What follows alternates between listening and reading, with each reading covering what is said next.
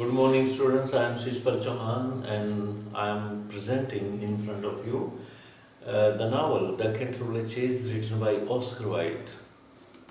And this is chapter 2 and video 1 of 3. There will be 3 videos, not 1, not 2. There will be 3 videos in all.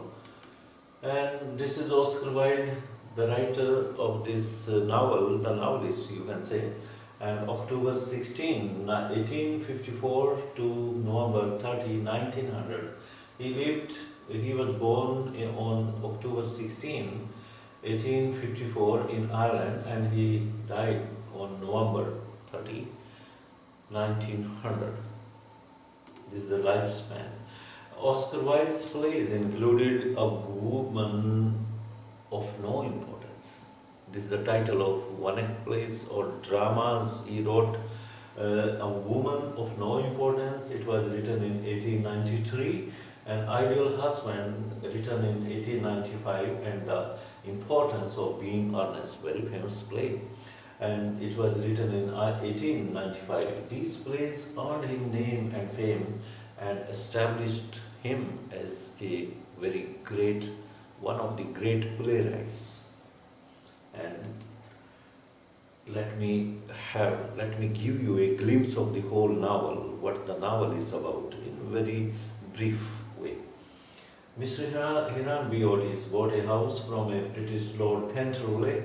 Mr. Hiran was already told that the house was haunted one, and the purchaser of the house was Mr. Hiran B. Otis. He was American minister, he was American priest, you can say, and he purchased the house from Lord Canterville.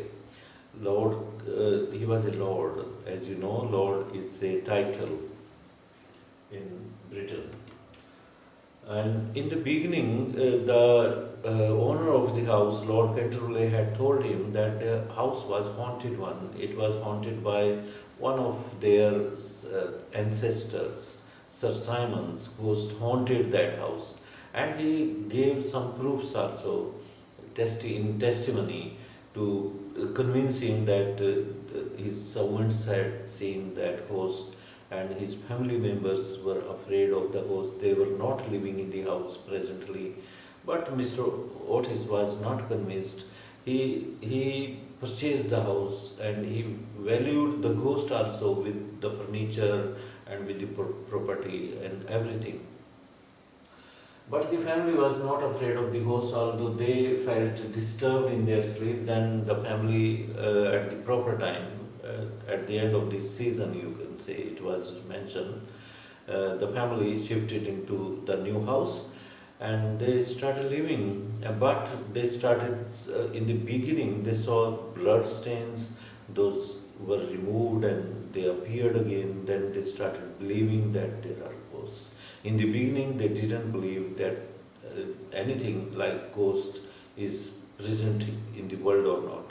But those stains, blood stains, which kept on appearing on the floor of the library, made them believe that ghosts are there in the world. But they were not scared, they were not frightened, but they felt somewhat disturbed in their sleep. And in their sleep, when the ghosts created horrible sounds while moving through the corridors or some other parts of the, it was the nature of the ghost to create some horrible sounds, groans, hollow groans, and to produce some sound of the chains. He used to strike the chains against the stony floor, and that created very odd type of sound, and that disturbed their sleep. At last, with the help of Virginia, the daughter of Mrs. and Mr. Otis, the ghost gets liberty from the punishment he had received from the angel of death. In a way, Sir Simon was punished by the angel of death due to the crime he committed. He had killed his wife on that very spot. And Virginia, she is the daughter of Mr. Otis, Mrs. and Mrs. Otis, and she she did something as guided by the ghost, and then The ghost was released from this mortal world and he was allowed to enter the gates of death by the angel of death. We know that Mrs. Omni had got fainted in the chapter 2, got fainted in the chapter 1, right? This is not chapter 2. We are discussing chapter 2 now. In chapter 1, Mrs. Omni had got, this was the servant, she got fainted, and Mrs. Otis was worried about her. She was very much worried what to do. Please cure her. She was telling her husband. Then Washington suggested some medicine and she recovered. Then Washington Otis suggested some treatment for her, and after that she came to her senses. But after coming to senses, she was extremely upset. And she warned Mrs. Otis that something bad is going to happen in this house. Be aware. And she sternly, means harshly, warned Mrs. Otis to be aware of some trouble that might come to the house. She told them that she had seen the things from her own eyes. She gave proofs, and she also said that she had passed several nights, sleepless nights in the house because some terrible things happened in that house. She also told them that she had passed many sleepless nights there because of awful incidents happening in the house. But Mr. and Mrs. Otis assured the old woman that they were not afraid of ghosts. They told her, "Don't worry, Mrs. Omni, we are not afraid of ghosts." Then she left everything to God. She prayed for the welfare of them. After invoking the blessings of God on her new master and mistress, the housekeeper went off to her room. Then she invoked God. She made a prayer for the welfare of her new master and mistress family, and the weather remained stormy throughout the night. As you know, in the first chapter, the weather had become stormy, and it continued in the second chapter also. The night remained stormy throughout the night, but no strange incident happened. Throughout the night, storm was raging fast, and fast winds were blowing, shattering the ventilators, the windows, and the doors. They were creating very tremendous voices, very horrible sounds were coming when when the fast wind was blowing, and the lightning was there, thundering of the clouds were also there.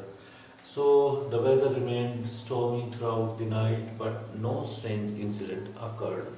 The next morning, all the family members came down to have breakfast, and they all noticed that the terrible blood stain was again present there on the floor. They came for breakfast and they noticed that the terrible stain was there. It was removed previously, but it appeared again. After that, Washington made some comment on the blood stain. He said, "I don't think it can be the fault of the Paragon detergent, for I have tried it with everything. It must be the ghost." He defended Paragon detergent. He said that there's no fault in this, in the application of this, in the this lubricator, because he had applied on everything, and even the hard stain was also removed by that detergent. It means there is fault in the ghost, and the ghost was behind appearance of the recurrent appearance of the stain. There was something done by the ghost, not there was any fault in the detergent. Washington again rubbed out the stain for the second time, but it again appeared on the same place. Washington again applied some lubricator on them, lubricant you can say, and it appeared again for the second time. For the third time also it was rubbed and it again appeared there, despite the fact that the library had been locked up at night and the keys were kept under safety. and for the third time they said that okay, let's do the final treatment of that.